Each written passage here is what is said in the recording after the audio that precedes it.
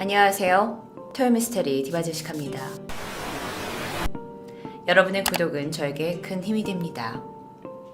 1942년 7월 23일 길거리에 사람들의 자취가 다 감춰진 어두운 밤 시간입니다. 미국 워싱턴에 있는 프랑스 대사관에 아리따운 여성 한 명과 이 대사관에서 부관으로 일하고 있는 찰스라는 사람이 함께 들어가고 있었습니다. 두 사람을 본 경비는 익숙한 듯 피식 웃으면서 문을 열어주게 되죠. 사실 이 두 사람은 지난 며칠간 거의 매일 밤 대사관에서 미래를 벌이고 있었고 경비는 작은 대접을 받으면서 눈 감아주고 있던 상황입니다. 그런데 어쩐지 경비에게 오늘 밤은 좀 찜찜하다라는 생각이 들었습니다. 늘 있는 일이었긴 했지만 두 사람이 이렇게 며칠째 찾아와서 대사관에 한참이나 머물다 가니까 혹시 다른 꿍꿍이가 있을지도 모른다는 생각? 게다가 지금은 2차 세계대전이 한참인 시간입니다.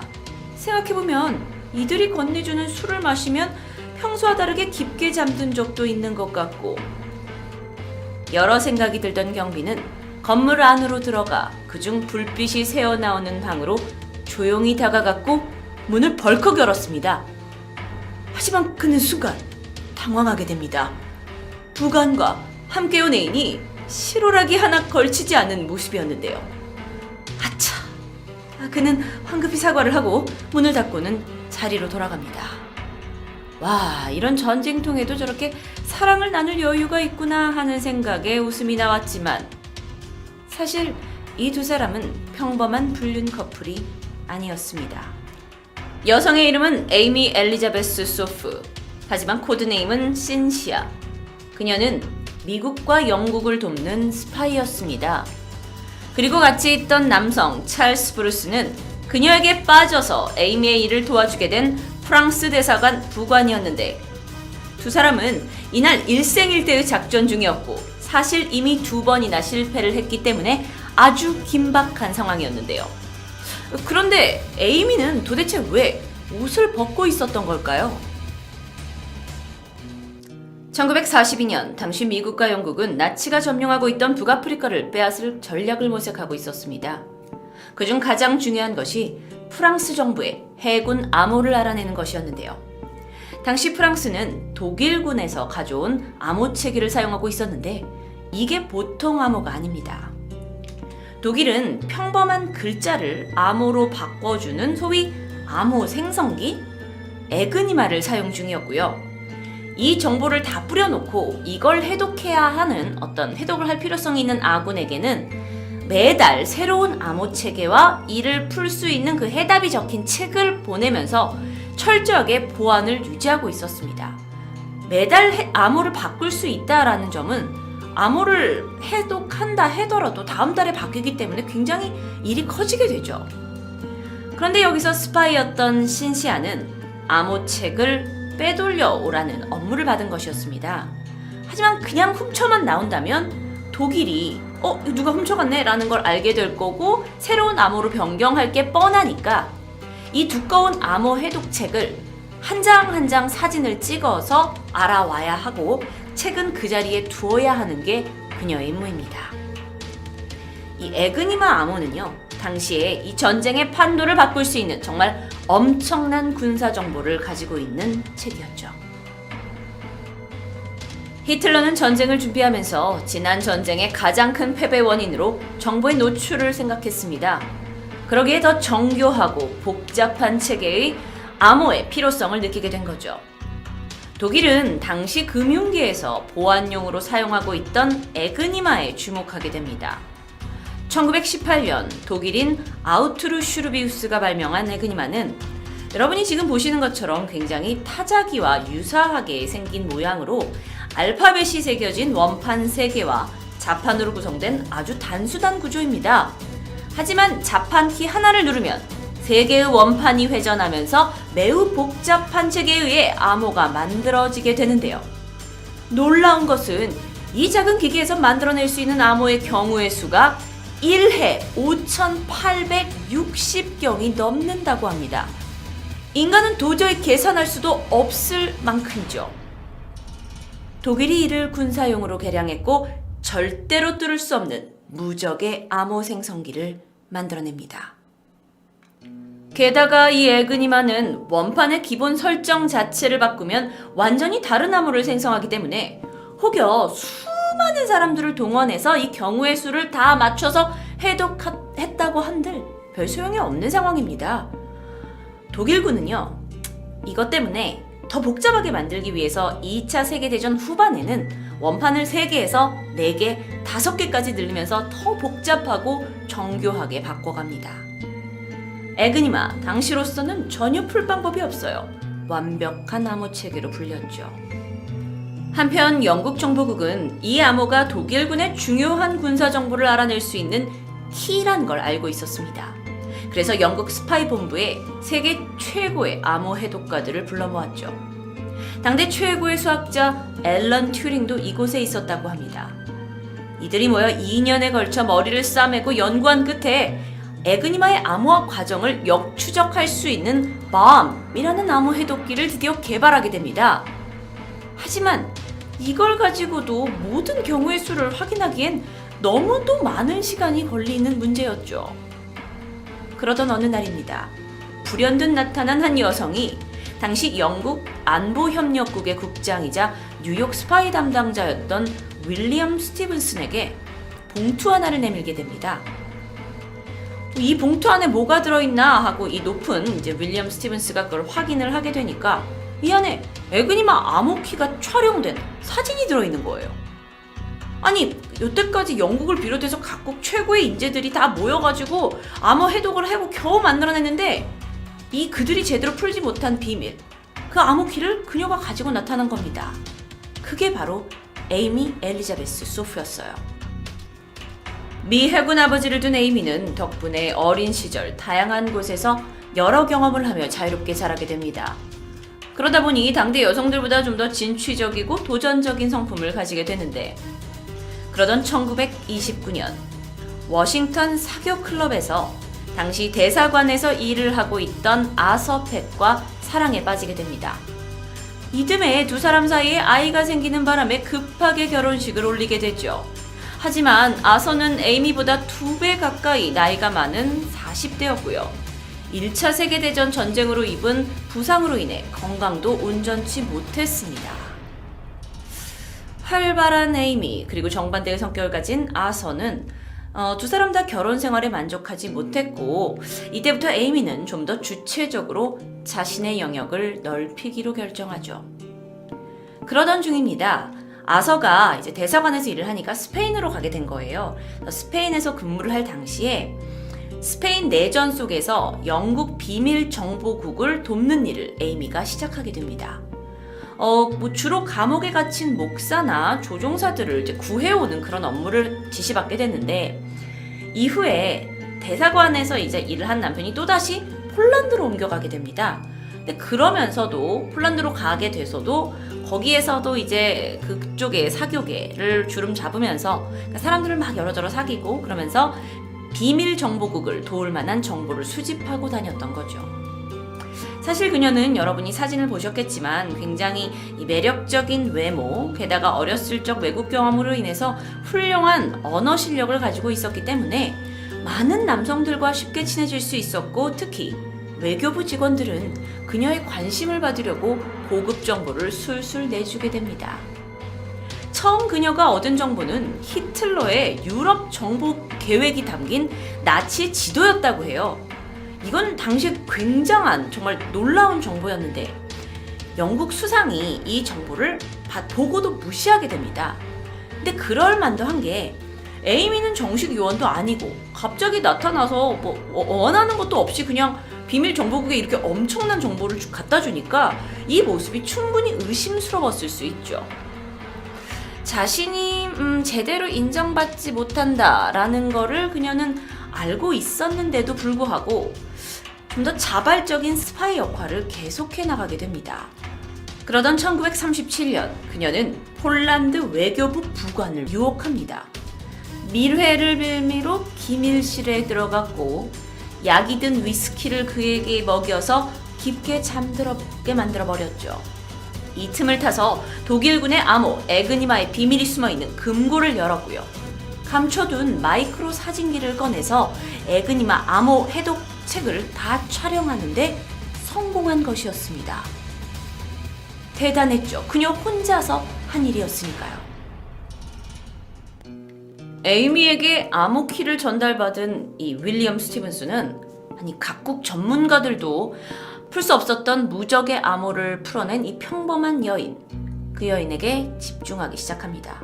가져올 수 있는 정보가 사실 엄청났어요. 그래서 그녀를 정식 스파이로 발탁합니다.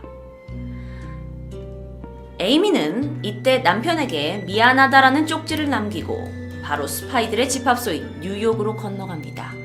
이때부터 그녀의 코드네임은 신시아라고 불리게 됐고요. 전문 스파이 훈련을 다 받고 나서 이후 그녀가 첫 번째 받은 임무는 이탈리아 해군의 암호를 알아내는 것이었습니다. 당시 이탈리아 해군 장교였던 알베르토는 에이미와 이미 알고 지내던 사이였는데 사실 10대 시절 사교 클럽에서 그녀를 만나 한번 빠진 적이 있는 남성입니다. 그런데 이번에 다른 목적을 가지고 에이미가 그를 찾아와서 유혹하는 바람에 알베르토는 푹 빠져버리게 됐죠. 오히려 그녀의 환심을 사기 위해 온갖 물량 공세를 펼치던 중 에이미가 단도직입적으로 묻습니다. 이탈리아 해군의 암호를 알려달라고요. 사실 알베르토는 오랜 시간 군에서 장교로 일하면서 어느 정도 좀 매너리즘으로 인해서 직업의 충성도가 떨어져 있었다고 해요. 그리고 너무도 사랑하는 여인의 부탁을 들어주지 않을 수 없었죠. 그래서 결국 암호를 넘겨주게 됩니다. 에이미가 획득한 암호 덕에 연합군은 마타한 해협 전투에서 대승을 거두게 돼요. 실제로 그녀가 한 공이 지대하다고 할 수 있었는데 이후에도 그녀의 성공적인 스파이 작전은 계속됩니다.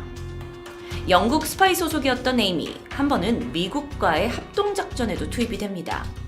미국 워싱턴에 위치한 프랑스 대사관으로 히틀러의 북아프리카 전쟁에 관한 계획이 담긴 암호가 매일같이 전달됩니다. 미국과 영국은 이걸 중간에서 가로채는 데는 성공해요. 하지만 도저히 풀 수가 없었습니다. 그래서 이 문제 해결을 위해 에이미가 투입하게 된 거죠. 에이미는 신문 기자로 위장하고 프랑스 대사관이던 찰스 브루스를 유혹하기 시작했습니다. 짙은 초록색 눈, 게다가 유창한 프랑스어를 구사하는 아름다운 여인 에이미가 다가오자 당시 오랜 결혼 생활로 이미 좀 흥미를 잃어가던 유부남 찰스 브루스는 금세 그녀에게 빠져버리게 되고요. 찰스는 그녀가 필요하다고 하는 그 해독된 암호를 제공하게 됩니다. 그런데 이 비밀 정보국에서는 이 정도의 암호로는 부족했어요. 그래서 에이미에게 암호책 자체를 빼돌리라고 지시합니다. 에이미는요, 자신의 방식대로 사랑에 빠진 찰스에게 직접적으로 그 암호책을 가져다 달라고 요청하게 돼요. 하지만 거절당합니다. 사실 찰스는 나라를 배신하는 것을 고민하는 게 아니라 책이 보관된 금고를 아예 열 수 있는 등급이 아니었다고 해요. 그러자 에이미는 프랑스 정부 대사관의 암호 책임자 장 데라그랑빌에게 접근하게 됩니다. 그리고 뇌물을 써서 그에게 어쨌든 그 암호책을 좀 뒤로 빼돌리려고 하는데 그랑빌은 이걸 거절하게 되죠. 오히려 다음날 이 에이미가 기자로 위장했다는 것을 밝혀내려고 합니다. 이렇게 위기에 처하자 에이미는 다시 찰스에게 돌아옵니다. 그리고는 그간의 진실을 모두 이야기하게 되는데요. 사실 그랑빌을 처리하기 위해 찰스를 이용하려 했던 겁니다. 그녀가 스파이라는 사실을 다 알게 됐어요. 그런데 찰스가 스파이랑 내통했다라는 사실이 탄로난다면 사실 찰스에게도 문제가 되겠죠. 그러기에 그랑빌이 이 에이미의 정체를 폭로하기 전에 그가 조치를 취해야 했습니다. 물론 이건 에이미의 전략이었죠. 이 찰스는 더 높이 있는 대사에게 찾아가서 그간 대사가 당신이 하려고 했던 이 나쁜 불법적인 일들을 지금 그랑빌이 퍼뜨리려고 한다는 거짓 정보를 흘렸고, 이를 들은 대사는 그랑빌을 쫓아냅니다. 우선 상황은 일단락됐습니다. 하지만 에이미의 작전이 끝나지 않았죠. 금고 책임자를 매수할 수 없게 되었으니까 이젠 금고를 그냥 직접 열기로 합니다. 1942년 7월 19일 에이미는 찰스와 함께 대사관 금고를 열기 위해 들어갑니다. 이때 금고 따기 전문가였던 코드네임 헌터, 조지아 크래커도 합세하게 되는데요. 작전은 아주 조심스럽게 진행되었습니다. 만약 실패한다면 찰스와 에이미의 목숨 뿐만 아니라 프랑스와 미국 간의 전면전까지 갈 수 있는 아주 민감한 사안이었기 때문이죠. 찰스와 에이미는 먼저 미래할 장소를 찾는 듯 경비를 속였고 경비견과 그에게 수면제를 탄 음식을 먹인 뒤에 잠입에 성공합니다. 그런데 이 금고 임무를 맡은 조지아의 작업 속도가 너무도 느립니다. 그래서 자정이 되기 전에 시작한 이 작업이 늦은 새벽이 돼서야 금고가 열리게 된 거죠. 시간이 너무 촉박했기 때문에 촬영할 시간도 부족했습니다. 결국 그들은 원하는 것을 얻지 못한 채 돌아 나와야 했죠. 이틀 후 그들은 두 번째 시도를 했지만 이날은 그 금고 전문가인 조지아 없이 진행을 해야 하는 바람에 결국 실패하고 맙니다. 결국 7월 23일 그날 밤 세 번째 시도가 이어집니다. 정말 이번이 마지막이었죠. 자연스럽게 대사관에 침투를 한 두 사람은 금고방에 들어갑니다. 그런데 이때 에이미가 갑자기 옷을 하나씩 벗기 시작해요. 찰스는 이 상황에 이게 이해가 되지 않았는데요. 에이미가 사실은 어디선가 나는 인기척을 듣고 만일을 대비해서 옷을 벗었던 거죠. 그래서 누군가 발견하면 마치 두 사람이 미래를 즐기고 있는 것처럼 보여야 했으니까요. 경비가 돌아갑니다. 그녀는 침착하게 임무로 되돌아갔죠. 잠시 후 조지아가 방에 진입을 했고요. 드디어 금고가 열렸습니다. 무사히 암호책을 꺼내 마침내 모든 내용을 촬영한 뒤에 빠르게 책을 금고에 넣고 문을 닫습니다. 그들의 작전은 완벽하게 성공하게 되죠. 에이미가 이렇게 우여곡절 끝에 획득한 암호키는 결국 2차 세계대전에 지대한 영향을 미치게 됩니다. 군사 정보를 획득했죠. 그리고 북아프리카에 기습 공격을 하게 되죠. 손쉽게 승리를 이뤄냈어요. 이후에 카사블랑카, 알제라는 지역을 점령했고요. 이 승리로 인해서 히틀러는 무너지기 시작했고 제2차 세계대전의 마지막을 좀 더 앞당길 수 있게 한 겁니다. 그럼 이 모든 것에 에이미가 엄청난 역할을 한 거겠네요. 에이미의 공은 엄청났지만 신분이 스파이였기 때문에 그 어떤 보상도 받을 수 없었고요. 성과를 남들에게 알릴 수도 칭찬을 받을 수도 없었습니다. 그럼 그녀에겐 도대체 무엇이 남았을까요? 마지막 임무를 성공적으로 마친 후 에이미는 스파이 생활을 그만두고 찰스 브루스와 남은 생을 함께 하기로 결정합니다. 찰스는 자신의 그 결혼 생활을 정리하고 정식으로 에이미와 결혼식을 올렸고요. 프랑스로 건너가 두 사람은 남은 세월을 보내게 되죠. 에이미는 1963년 53세 나이로 생을 마감합니다.